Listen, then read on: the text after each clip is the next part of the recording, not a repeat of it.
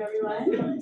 Welcome to IDS. As we always do, I like to start by getting everyone to talk to each other. So you have 30 seconds.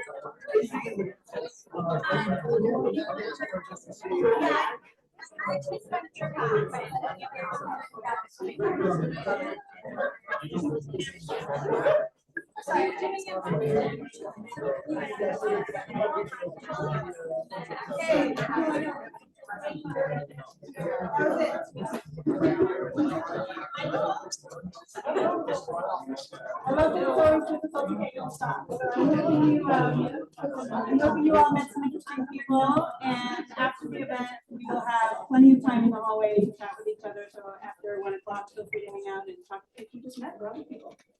So thank you so much for coming today. My name is Pearl-Martinez. I'm the Executive Director of the Institute for Global Sustainability at Boston University. Some of you know BU, and then we have a bunch of people from outside the today. Welcome to everyone. We are a university-wide center that is not under any specific school coverage. We work on the campus. We have 115 faculty across many different areas like health, engineering, policy, urban environment, and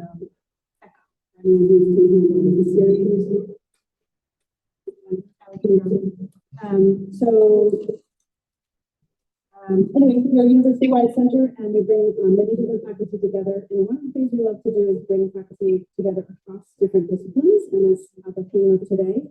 And we just launched this Convergent Conversations seminar series for this year, which the idea is to bring people across different disciplines. So we're really excited about today's event, and it's really in line with the new president. Siri will fix that. Does anyone here have their speakers on or mute? Anybody have on? It was the laptop. And we're very much in line with the new vision of our President Gilliam, who has wanted to really push the idea of convergence and also impact outside the university. So we're excited to be part of that and align with that vision. So today's discussion is about nature-based solutions based on conversations that the four of us have had over the last few months. I'm really excited to turn it over to our moderator today, who is Pamela, distinguished professor and chair of biology, but also announced by the president this morning, the new president of the Ecological Society of America.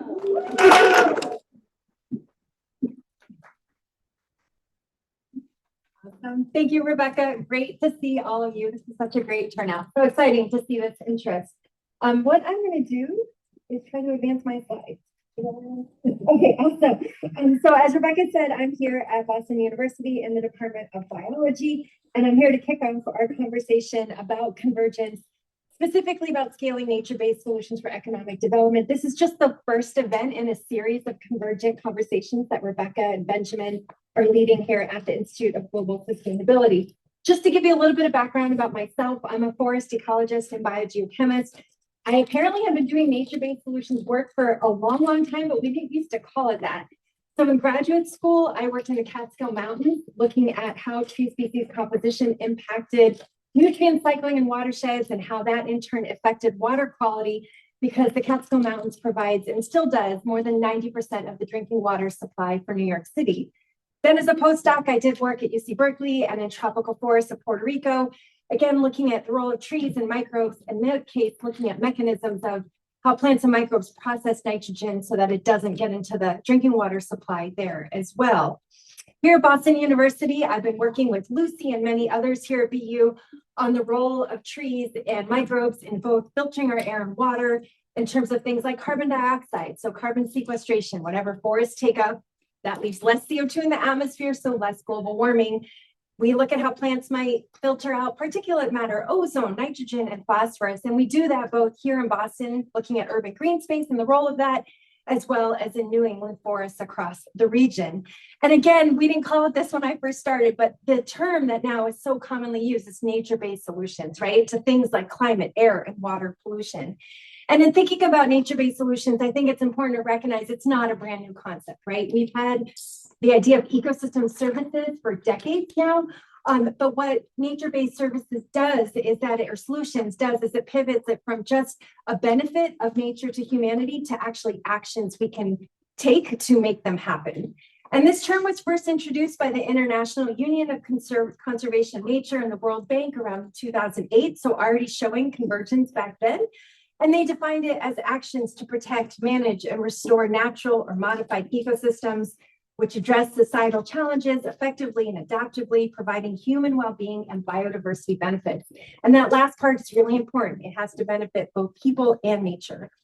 So some common examples you've probably heard about are things like seagrass restoration to help coastal habitats and people, forest carbon credits for climate change mitigation, which Lucy and Francis and Kevin are all going to be talking about. And when I think about nature-based solutions, fortunately for all of us, it happens at multiple scales. So locally, I'm just giving you this example. I'm on the tree planting committee for the town of Brookline, where we have the front yard program where residents can get free trees. And we do that because we know, again, they provide lots of nature-based solutions, whether it's sequestering carbon, filtering our air, lots of other human benefits like reducing traffic, road rage, which is always a good thing, reducing noise, improving drainage, and then cooling temperatures through lots of different mechanisms. And some people say, wait, you can't plant trees, they're too expensive, we can't put it in the budget. But we know from some back of the envelope calculations that at a cost of about $1,900 per tree, you can get something like $90,000 in benefits. And then some people say, what about the maintenance costs? Well, in our town, we calculated it's roughly $30 per year. So showing it's beneficial. At the state level here in Massachusetts, we also have nature-based solutions baked into some of our policies. This is the Massachusetts Clean Energy and Climate Plan that I was on the technical steering committee for this report. And what I love about the cover of this report is that even though energy, transportation, infrastructure were really key in trying to achieve our state's climate goals, they put forests on the cover. And that was my role in this report in helping constrain carbon budgets for the state and thinking early on, just back of the envelope calculations, that you're not going to meet our climate goals in the state of Massachusetts without incorporating green space and nature across the Commonwealth. Nationally, we have what was originally called the first National Nature Assessment, which I'm an author on. Super exciting. It was initiated with an executive order by President Biden in 2022, and then promptly terminated last year with our current administration. But luckily, due to the creativity of Bill Levine and others in part of this work, is that the Nature Report, while it was killed, is now being released independently. So many of us have been working hard on this, and so a little bit grayed out, but you can just Google the Nature Record, and we have public comment that is more than welcome through the end of May. So please check it out. You can look at different chapters and add your own thoughts to it. And then lastly, I'll just mention international policy. Of course, I know Francis and Kevin and Lucy are going to touch on this as well, that through the UNFCCC, which is the United Nations Framework on Climate Change, we know that there's been lots of efforts internationally to bring countries together to preserve nature-based solutions, whether COP27 in Egypt brought forth the Forest and Climate Leaders Partnership. And then most recently in Brazil last fall, we have the Tropical Forest Forever Facility, which is a funding mechanism to help many countries hopefully preserve their forests, especially tropical forests, rather than cutting them down. So what I'm going to end here with, just to help transition us to the panel, is that nature-based solutions, of course, are quite important. There's this recognition now globally that nature and biodiversity is important, but also quite vulnerable itself. So what we might consider a nature-based solution today, if we take it for granted, might not last into the future, whether it's things like climate change, pollution, invasive pests and pathogen, land use change, lots of other factors that are making our own nature and biodiversity and nature-based solutions vulnerable. There's also recognition that we need to take care of people and their well-being. So there's this duality of preserving nature as well as the well-being of humans, and that we really, all of us are here today because we think it's going to take a convergent research approach to keep studying nature-based solutions and the impacts we have on both nature and people. So with that introduction, I'm going to turn it over to our panel. We're going to have 3 talks. And so what I'm gonna do is maybe I'll introduce one at a time. I was gonna introduce all of you guys, but why don't we bring up Professor Lucy Hutyra? And I'm gonna introduce her and then she'll go through her slides. Lucy is a distinguished professor and chair of Earth and Environment. She's also the associate director of the Urban Program. She's core faculty here at the Institute of Global Sustainability. In 2023, Lucy was honored with being designated a MacArthur Fellow, which is huge, for her work in expanding the understanding of the carbon cycle in urban ecosystems. And she's also visiting faculty fellow at Google. So Lucy, I'll hand it to you.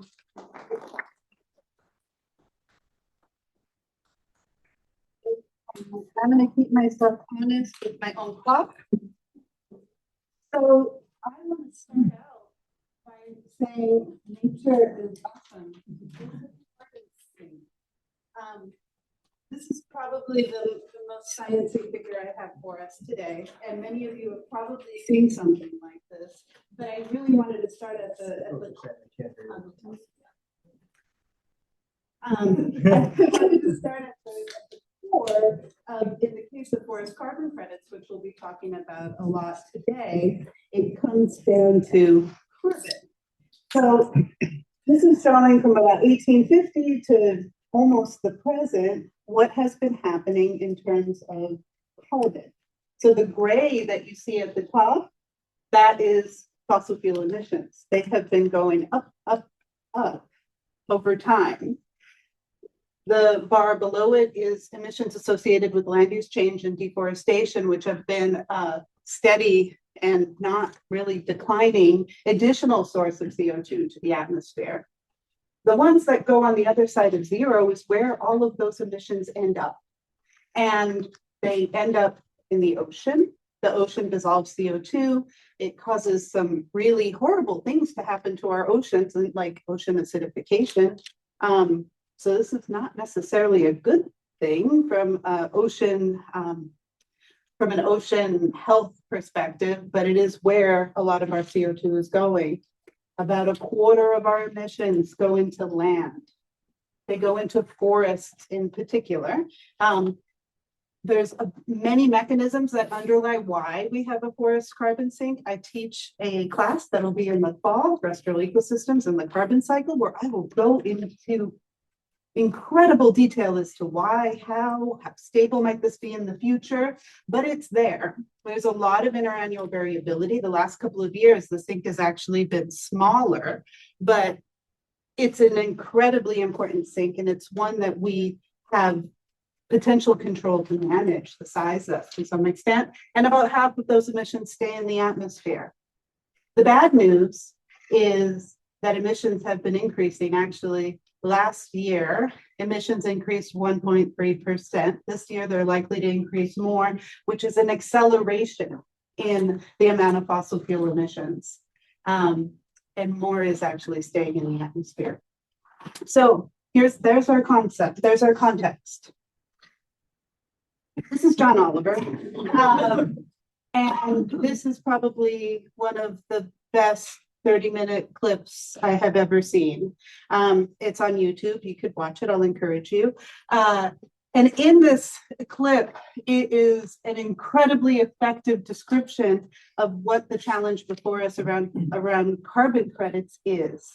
And today, everybody, it seems, has a net zero goal. They have a goal of reducing emissions by 2030, 2050, 2070, whatever year is assigned there. And that's cities, the city of Boston, the state of Massachusetts, maybe not the US as a whole at the moment, but there's a lot of these goals.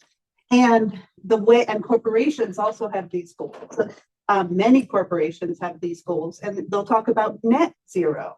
And what underlies that is they are emitting fossil fuel emissions, but they're going to offset those emissions through credits, through carbon credits.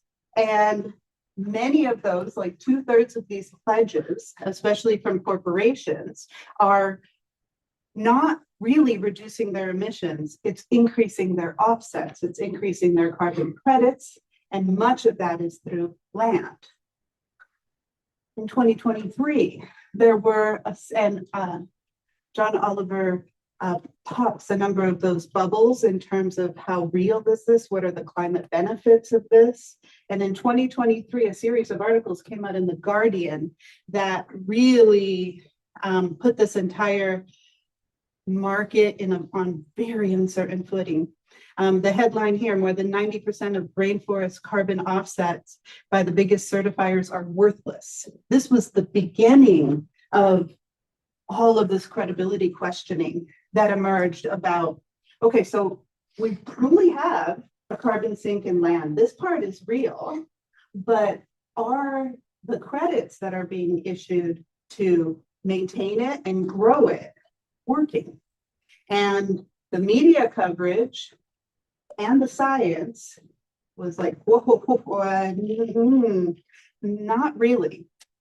So one of our alumni, who's actually in the audience today, which is such a treat when she emailed this morning. So Rebecca Sanders DeMott is with the Clean Air Task Force. It's based here in Boston. And she approached me with this crazy idea back in 2023 as headline after headline was coming out about this, to really dig into the weeds of what are the rules? What are the rules that are underlying these carbon credits?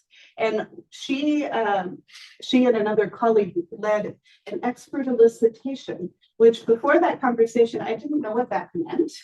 But what it meant was we brought together a dozen experts on forests and the carbon cycle, and we read the rules.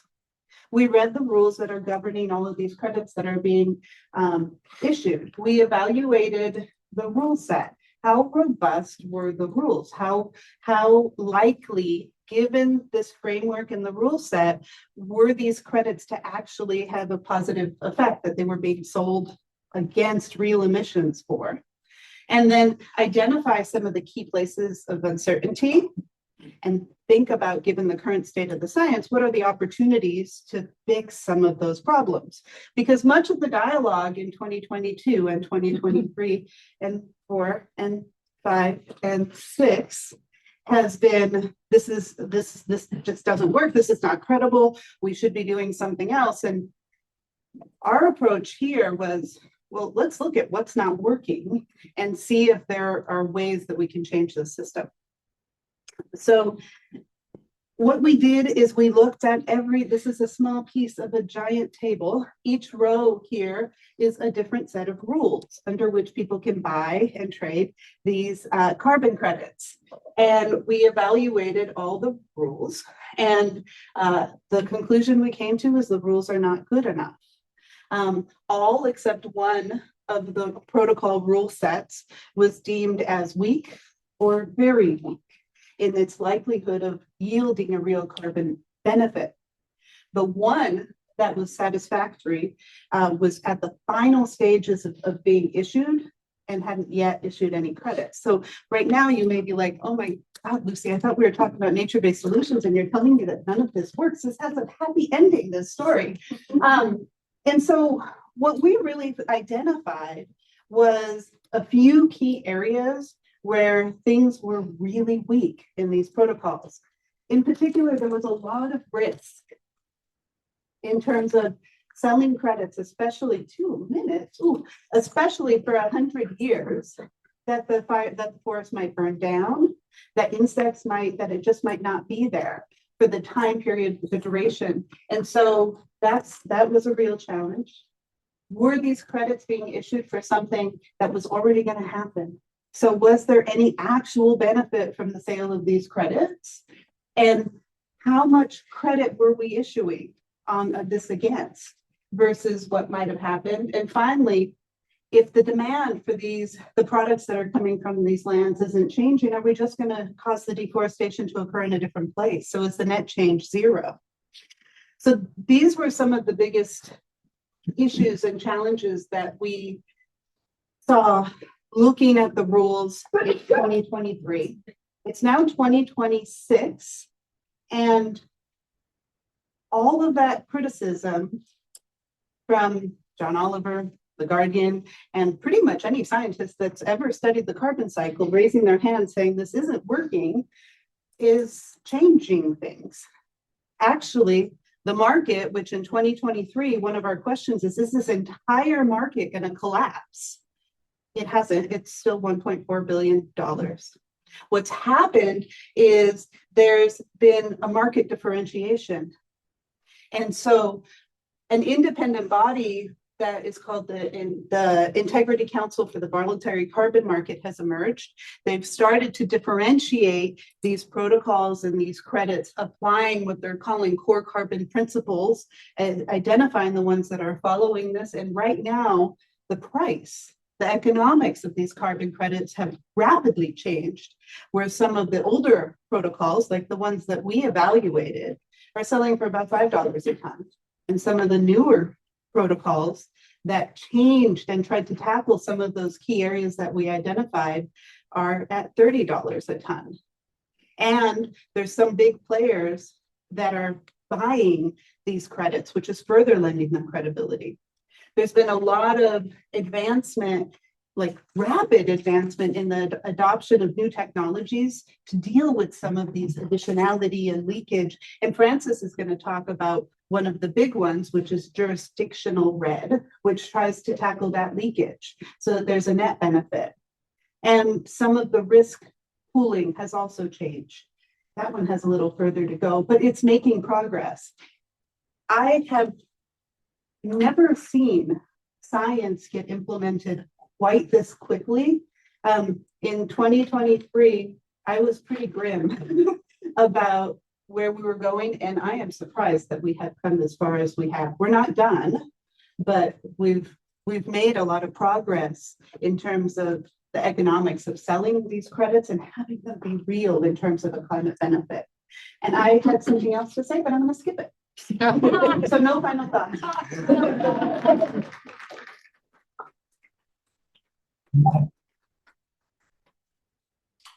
Thank you, Lucy. Great. Next, we're going to have Kevin Gallagher.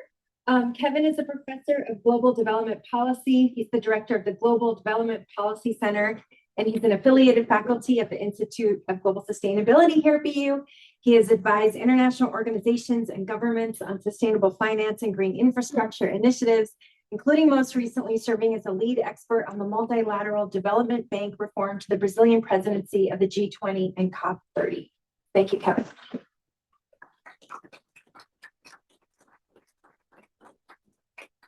Thanks so much, Pam. And as a member of the Convergence Task Force with Lucy, I just want to thank IGS for kicking off this whole series. It's exactly what we should be doing. So it's terrific. I'm going to talk about some work that we do. I'm a director of one of the other centers. As Pamela said, I direct something called the Global Development Policy Center, the GDP Center, we like to call ourselves.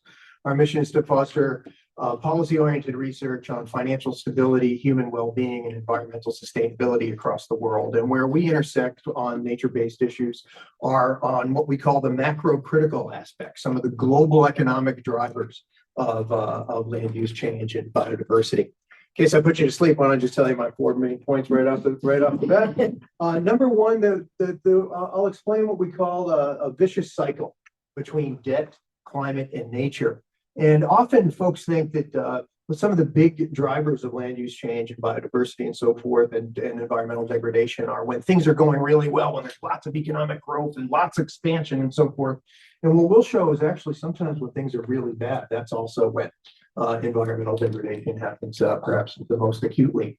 And that the international institutions that are supposed to be there to help us get countries out of ruts are actually are ignoring the nature aspects of their programming and therefore making the situation worse and accentuating this vicious cycle. There's a better way to do it, which I'll talk about. I'm on something called the Expert Review for Debt, Climate, and Nature that has just been institutionalized by 4 different governments, and we've got a whole plan to fix it. And I think my last point is that BU can really converge on this, where there's a lot of people in this room and across the campus that I think can really make serious contributions to trying to do some of this stuff. So what do I mean by when economic activity isn't going so well? Why would that necessarily have a negative impact on ecological restoration and biodiversity? This is what we refer to as the vicious cycle. There's something called the land gap report that comes out each year. We contributed a chapter to this on this particular issue. And if you think about it, when say a country in the global south, say Bolivia or Ecuador, many of these countries have to borrow a lot of international dollars to be able to import the things that they want, to be able to invest in infrastructure and things like that, to be able to grow and have their economies be prosperous. But things can happen inside the country or external to the country. They can have a big shock on a particular country, and then that'll make it very difficult for them to be able to pay their debts back. And when that happens, we have an international institution in the world that you call to come help you for that. That's called the International Monetary Fund. It's set up in Washington, and basically they will come in and they'll give you a short-term loan to be able to pay those international debts and get back on your feet. They don't focus on the collateral damage that might happen for one of these things.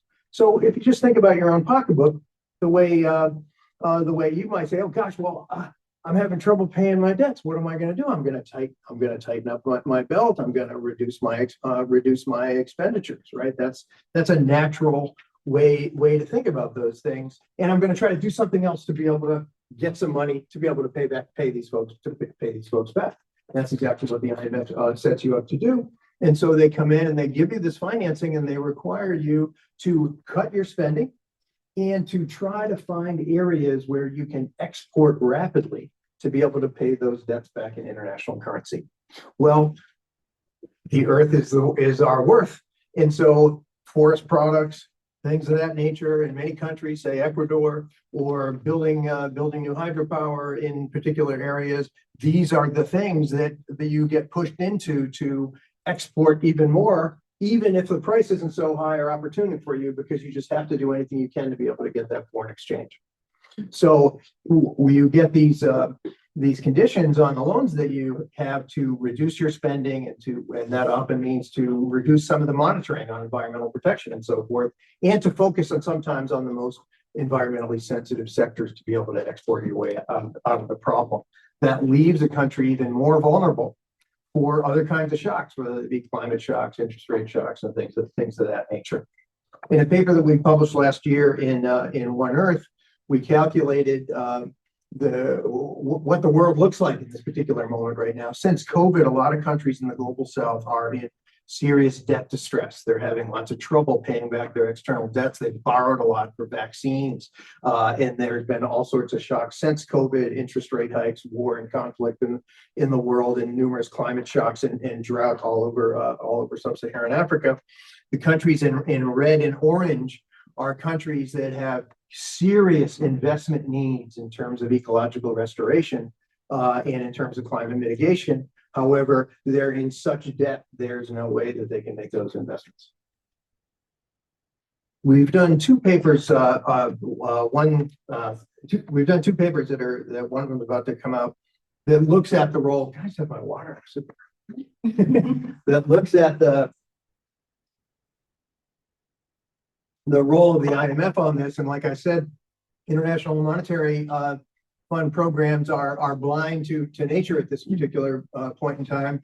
And so they come in and they make you slash your budgets and cut government programs, often health, education, and environmental programs, and to focus on sectors in your economy where you can really get some exports. And in our study, we found that in 35,915 measures that were required for each one of these loans, only 34 of them mentioned or safeguarded any forest conservation.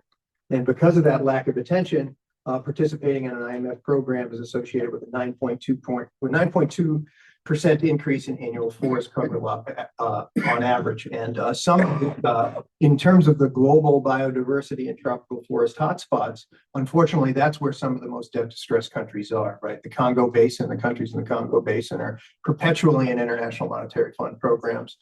Brazil has gotten themselves out of that problem. They were really in the middle of that in the 80s and 90s, but Ecuador, Paraguay, Bolivia, these folks are always in programs.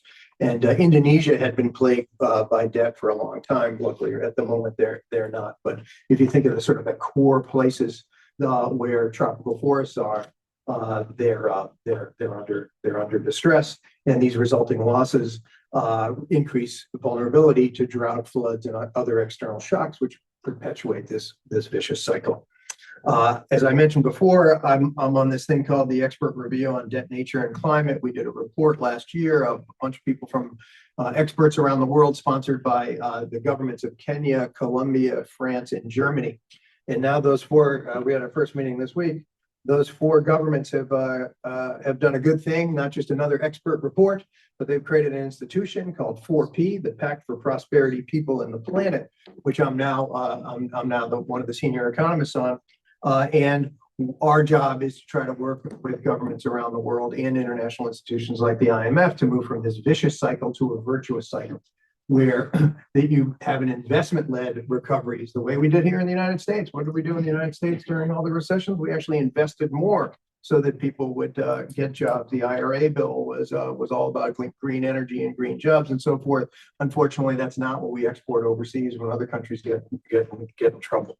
So to respond to crises, to have strategic green investments that can bring greater resilience, protect nature, and improve the fiscal space and create economic growth in countries to be able to get out of this cycle.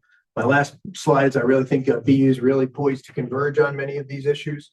We're doing some collaborative work already with BU SAIL. SAIL stands for the Software Application Innovation Lab at Questrom and the Boston University Center for Remote Sensing in Lucy's department, where with SAIL, we're identifying international loans for infrastructure projects all around the world. And then with CRS, we are geolocating them and examining the impact of these different projects on different kinds of outcome. In this particular case, on forest losses. So this is one example of economists and sort of software engineers and geologists working together. But I think biologists, folks from all across the university can start to work on these issues even more. Thanks so much.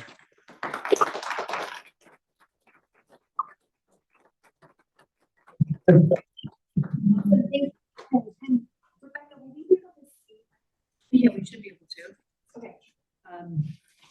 Series here. Oh,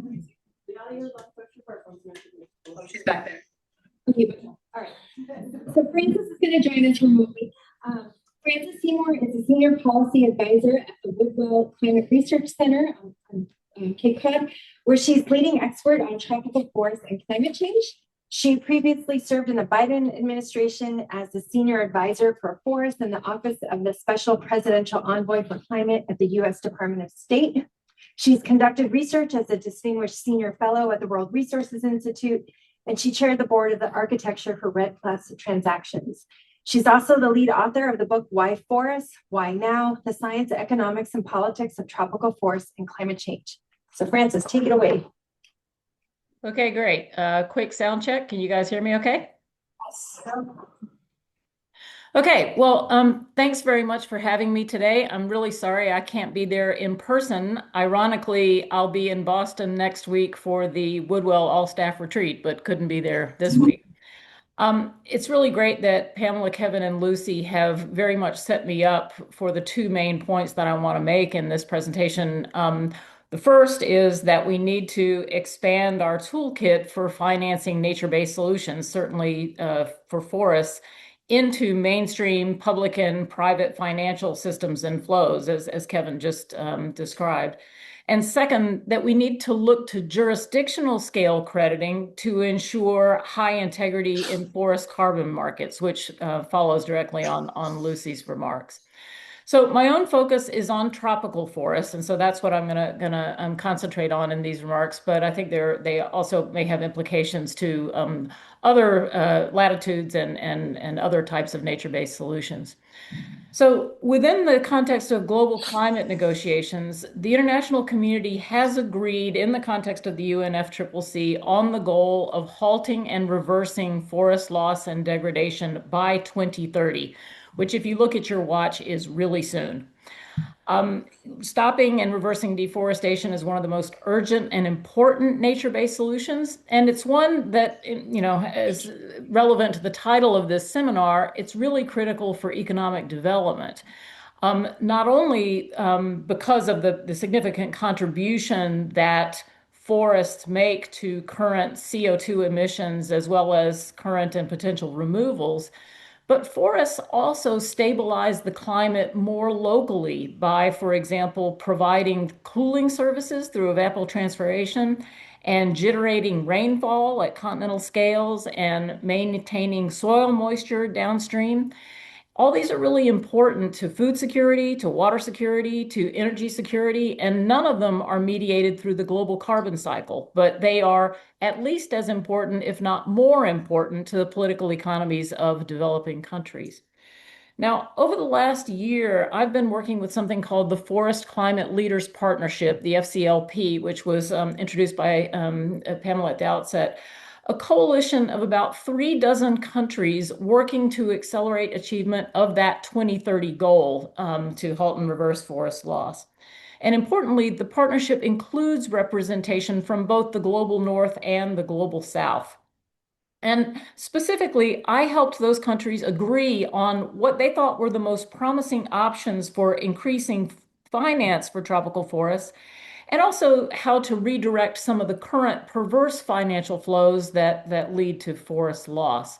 So at this point, could I request that oh yeah, I see the slide is up. Let me just describe this. The results that are summarized on this slide are from something called the Forest Finance Roadmap that was released at New York Climate Week last September and was discussed a lot in Belang at COP30 and now is serving as a framework for follow-up actions by those governments, but also other partner organizations as well. And the 6 solutions are very intentionally presented as a jigsaw puzzle to convey that they're complementary and sort of fit together as pieces of a broader whole. And I'm just going to tick through the 6 solutions very briefly to give you a sense of what's there, but you can read the 40-something slide deck on the forestclimateleaders.org website if you're interested in learning more.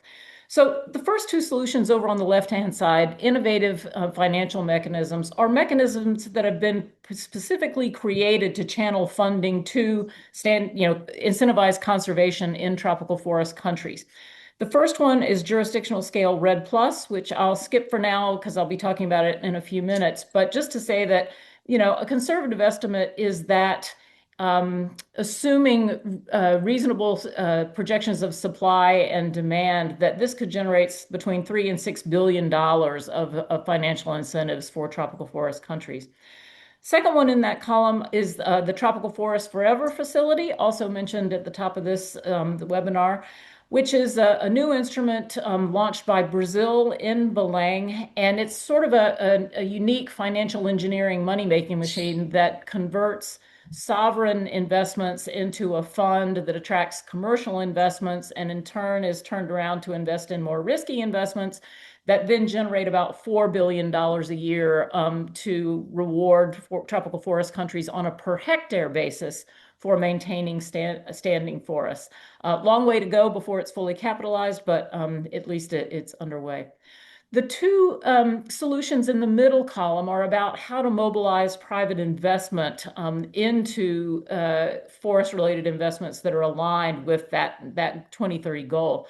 The one on the top is focusing on investments in working forests, so working standing forests, so things like sustainable timber extraction or investment in forest restoration that generates a revenue stream, could be non-timber forest products. An estimate that if $5 billion of public finance were available, that could leverage $15 billion a year in those kinds of activities. Sustainable value chain finance below that is redirecting some portion of the trillions of dollars currently going into agricultural commodity supply chains for things like beef and soy that are destroying forests. And yet those same commodity supply chains are dependent on those more local forest services, the soil moisture, the rainfall, the cooler temperatures to maintain their productivity. So just trying to raise awareness for companies that they need to actually shift more of that investment into keeping forest standard. Estimate of a potential of $10 billion. The ones on the right are more about aligning public fiscal policies, certainly targeting the public finance that's already in the hands of these country governments, primarily those that are targeted towards agricultural subsidies that are almost always perverse for forests, and shifting them to more incentives to protect forests. And then the last but not least, changing the way we manage sovereign debt. And fortunately, Kevin has already described that, so I can skip that part for now. So the second thing I wanted to focus on in my remaining time is doing what I'd say maybe is a shallow dive on that first puzzle piece on jurisdictional scale REDD+ as one of the most promising ways to align incentives of governments for forest protection in the near term. I want to stress that jurisdictional scale reducing emissions from deforestation and forest degradation is actually negotiated under the UNFCCC as being implemented at jurisdictional scale. And it's been really under development for almost 20 years. And in contrast to the project scale crediting methodologies relevant to North America that Lucy described, jurisdictional scale crediting takes place at the level of an entire country or a large subnational jurisdiction like a state or a province.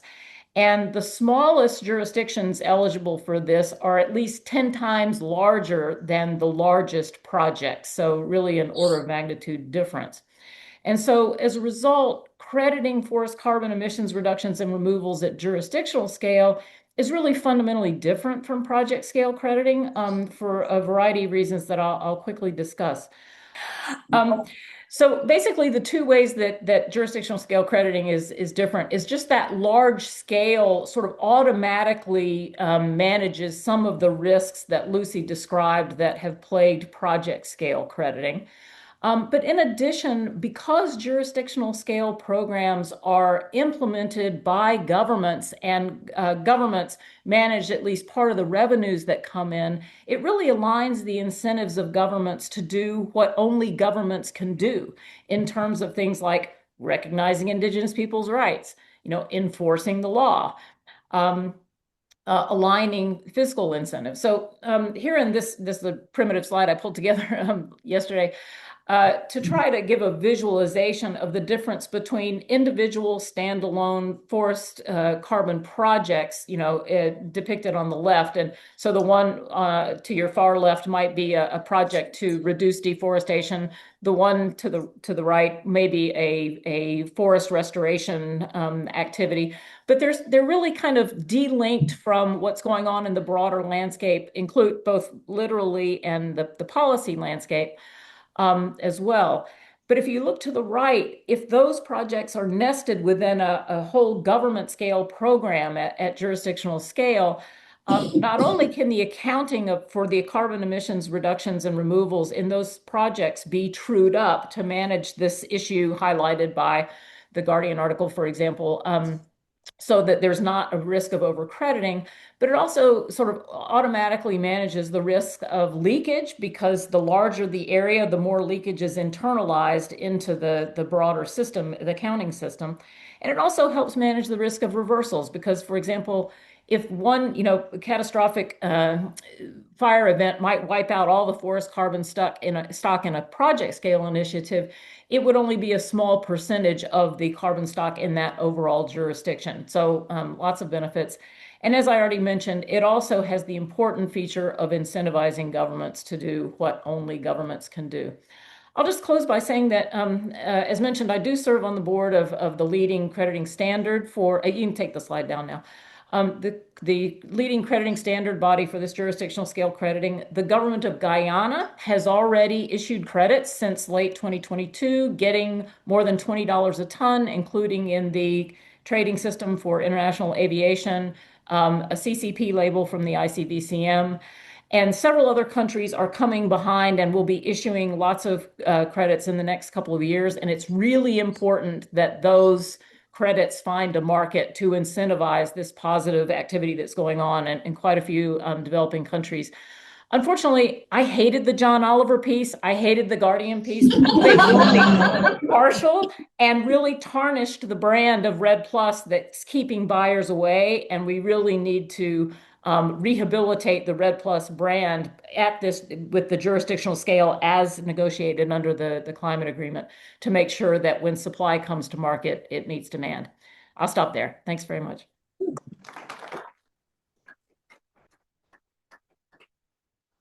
I'm going to call Lucy and Kevin back up and we're going to have a discussion. Maybe we can bring back the photo. We can take the slides off just so we can see Frances clearly. Yeah. Oh, there you go. Awesome. Okay, great. So thank you all so much for your wonderful talks. I have a couple questions. I think I'm going to start with you, Frances. As you've heard here at Boston University, there's been lots of discussions about convergence and how people from different disciplines could come together to do synergistic work. I'm curious, after thinking about your own talk and the others that you heard, what do you think are the opportunities, the synergies, the strengths that we could build upon going forward as a field? And then I'm going to talk to Lucy and Kevin, ask you guys to talk specifically at BU. Go ahead, Frances. Sure.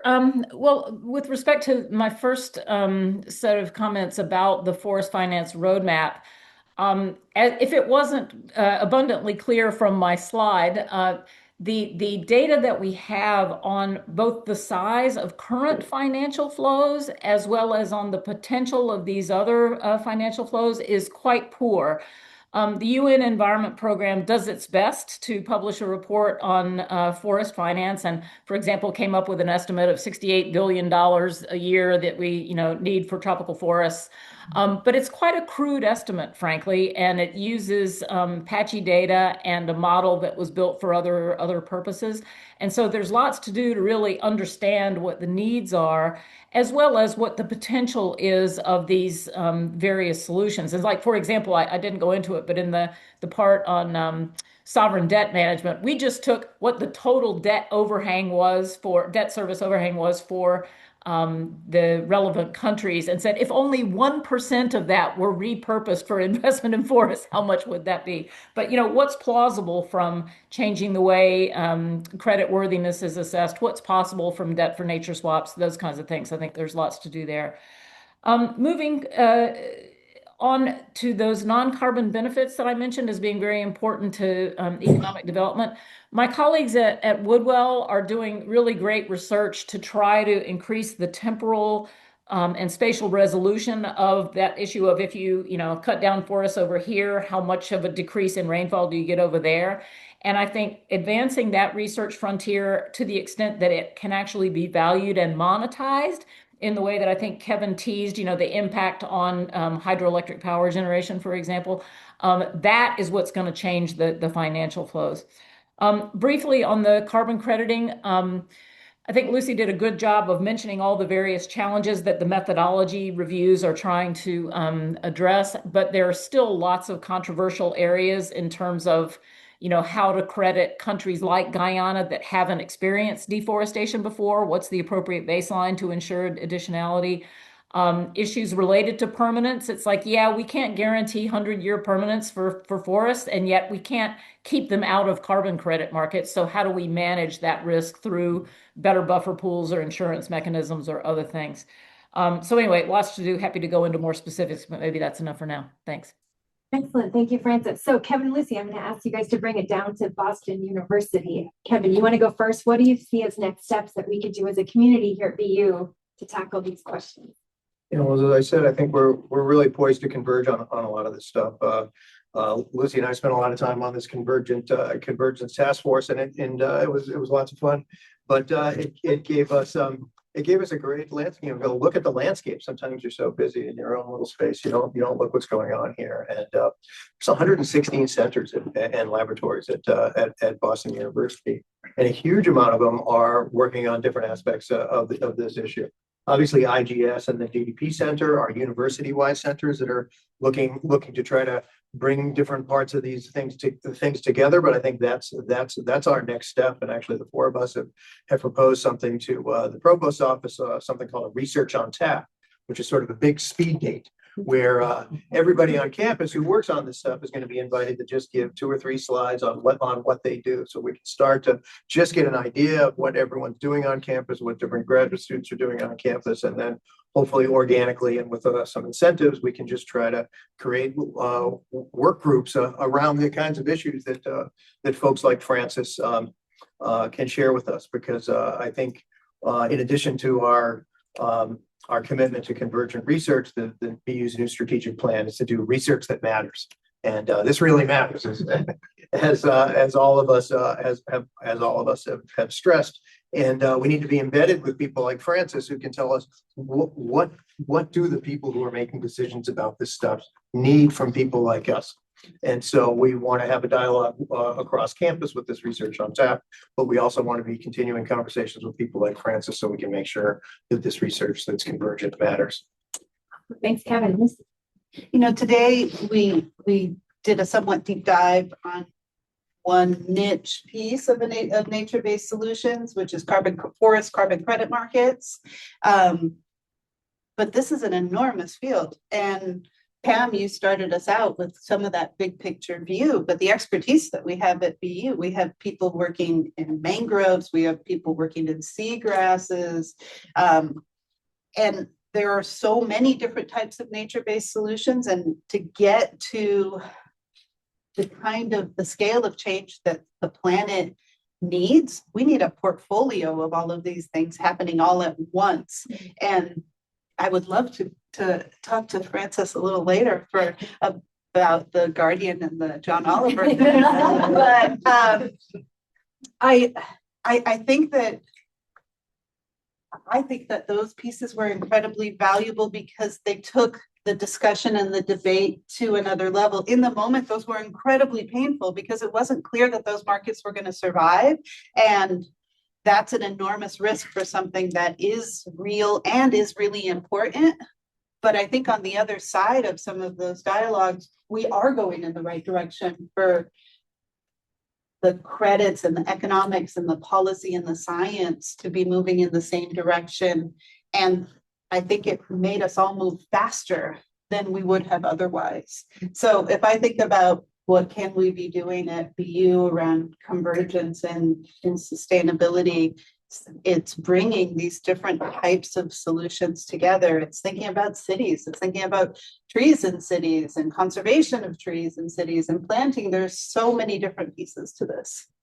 Thank you, Lucy. Well, we have 4 minutes remaining, so I want to open this up to all of you. Are there any questions here or on Zoom that people would like to ask?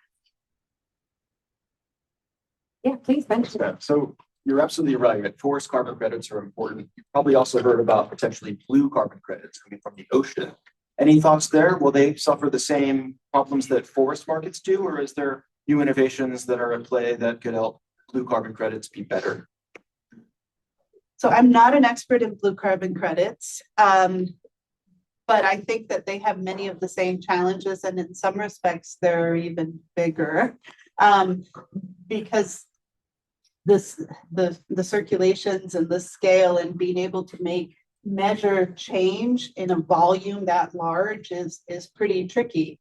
But just like I showed in that first bar, in that first graph of where does the carbon go, the ocean matters tremendously in this problem. And so we shouldn't be pretending that those uncertainties and those challenges aren't there. They are. And so we need science and policy that's robust enough in tackling it. Great. I'm going to leave it here to see, is there anybody else in the room has a question, or Francis and Kevin, do you want to add to that about blue carbon? Anybody else have Tricia? Thank you. Super interesting from all three. I wonder if you could talk a bit more. I'm from the School of Public Health. Talk about the role of health outcomes and trying to move the needle on any of these interventions. Could any of you expand on that? Any of you want to talk about Francis? I can speak briefly. I think what has been shown to take place like in Indonesia is often, and actually, when you think back to United States, it was Rachel Carson's Silent Spring and impact on, pesticides. People were worried about health and stuff, and air pollution, water pollution, that actually got to move the needle on environment. It's the same with nature-based solutions. I have spent a lot of time in Indonesia, and we knew about the serious problems with forest fires and forest loss, for decades. And it really wasn't until the catastrophic fires of 2015 sent hundreds of thousands of people, to the hospitals or with respiratory distress from the smoke and haze that really got the government's attention to do something about the forest fires. And so I think the health effects are often what prompts the activity to do something. And just to make one more plug for these non-carbon climate benefits of forests, one of the underappreciated effects of deforestation is this increase in extreme temperatures locally, which not only causes stress to crops and livestock and hydroelectric, dams, but also human beings who work out in the rural areas, agricultural workers who have a shrinking window of productive work time every day because they just can't work, during the heat of the day. So I think those kinds of health linkages to, in this case, protecting forests are very important and potentially powerful political levers to get action. Thank you, Francis. Do you guys want to add anything to it? Add one quick thing. We work with a group called the Asian Infrastructure Investment Bank, which is sort of a world bank for Asia. And they're building infrastructure, especially roads, all throughout Asia. To their credit, they do much better than like just trying to reduce the harm. They do good environmental impact site assessments to make sure these things are located well. But also because of the extreme heat there, if you have a lot of asphalt, you can actually get more heat radiating and more people can get sick and less people can go to work and all these kinds of things. And so they have introduced growing trees. They need to be more attentive to the water for those trees, as you told them. But on making sure that, a road project building forests and putting trees in and around it to create shade around this, so that not only it prevents those sort of the climate change of it, but that it makes these cities cooler and healthier places to live. And so it's a nature-based solution to global infrastructure projects and much of the investments that are going into a lot of that. Lucy, do you want the last word real quick? We're out of time. I think, the way we presented it today was, forests far away.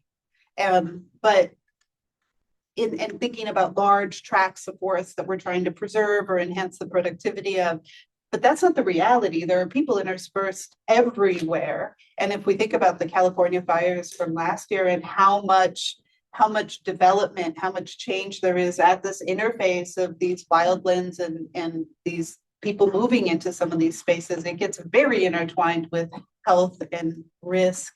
And fire is one of the biggest places where I think there's this intersection with health because of the health impacts of air quality. Awesome, thank you. So just to summarize what I'm hearing here today is that there's a lot of interest across the board in bringing together the natural scientists, the social scientists, the economists, the policymakers, both outside BU and of course all of you here at BU. So I think it's wonderful, and I really just want to thank Benjamin and Rebecca for inviting us today to kick off this series. And I would say stay tuned, because I think it's a really exciting time to be at BU. And if you're visiting, that means just keep connecting with us. We love to collaborate, and I think there's just so much more work that we could be doing together than alone. Thank you so much.